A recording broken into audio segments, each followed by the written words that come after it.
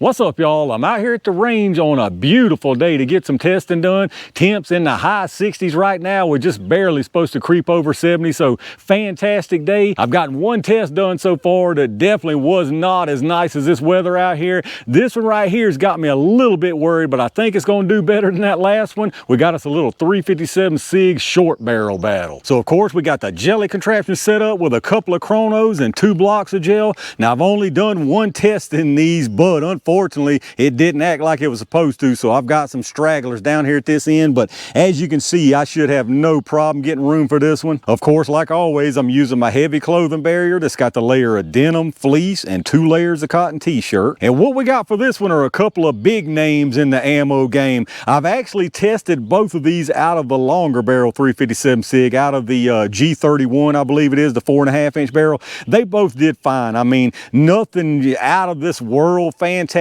especially with the gold dot. As far as I can remember, nothing did absolutely fantastic, but they did what they were supposed to do. But this time we're going to rerun them head to head in a shorter barrel. So obviously, as you can see, we've got the Speer gold dot and the Federal HST. Both of these 125 grain, very, very similar ballistics. The HST is saying 1360 and the gold dot saying 1350, and both of those are out of a 4-inch barrel. I can't remember off the top of my head if we actually hit those velocities even out of the 4.5-inch barrel. I want to say we didn't, but I could be wrong there. Now, we're definitely not going to hit it this time because, like I say, we've done shortened it up here. I've got my G27, but I've got the G33 barrel in it. Now, this is a OEM G33 Glock barrel, so you're looking at a 3.43-inch barrel. Almost forgot to give you a look at the cartridges there. You can see both of them nickel plated. Definitely sealer here on the Federal HST. I'm not showing any on the Speer, could be clear.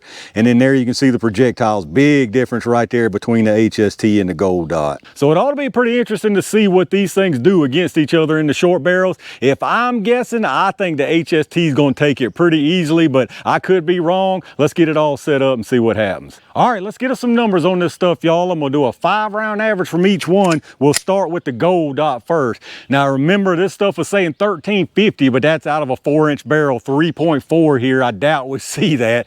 Unless I'm wrong, I don't think we hit that velocity, but we might have. Now you will see multiple numbers from this lab radar. Your large numbers right here at the muzzle, and then you've got 5 more across the bottom. The first one there is set for 3 yards, which is roughly where the gel is here at 10 feet. And then I've got the other set for 10, 15, 25, and 50 yards. So 1350 out of a 4-inch.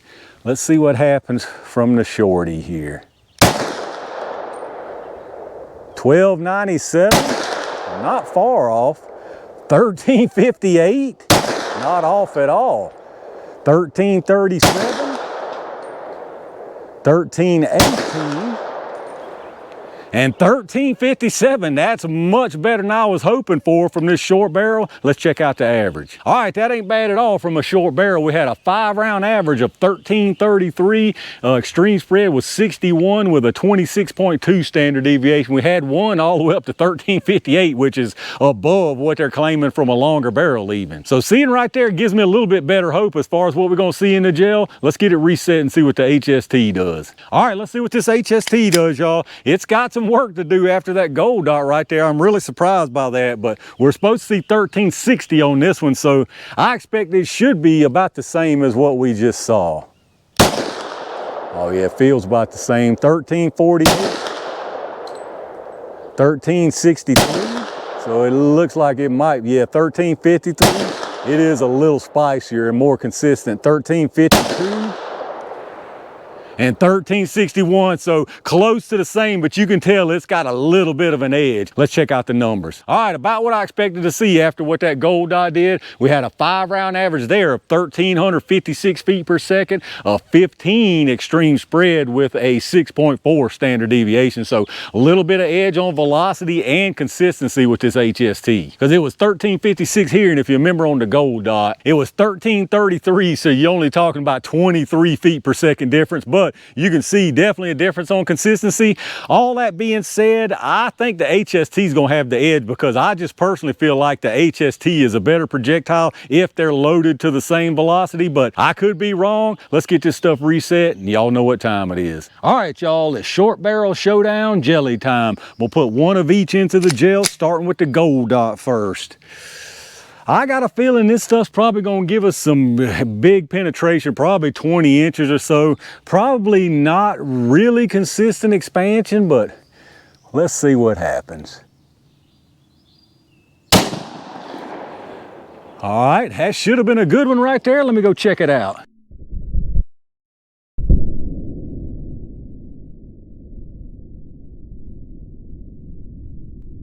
All right, y'all, that's actually looking really nice down there. Very, very nice velocity and energy, and really nice in the gel. I think maybe I just doubted it a little bit too much because of that last gold dot test I did. Again, this gold dot can be funny sometimes for sure, but as far as this HST, I think we're gonna see real similar performance right here, but let's see what happens. All right, that should have been another perfect one. Let's go check these out.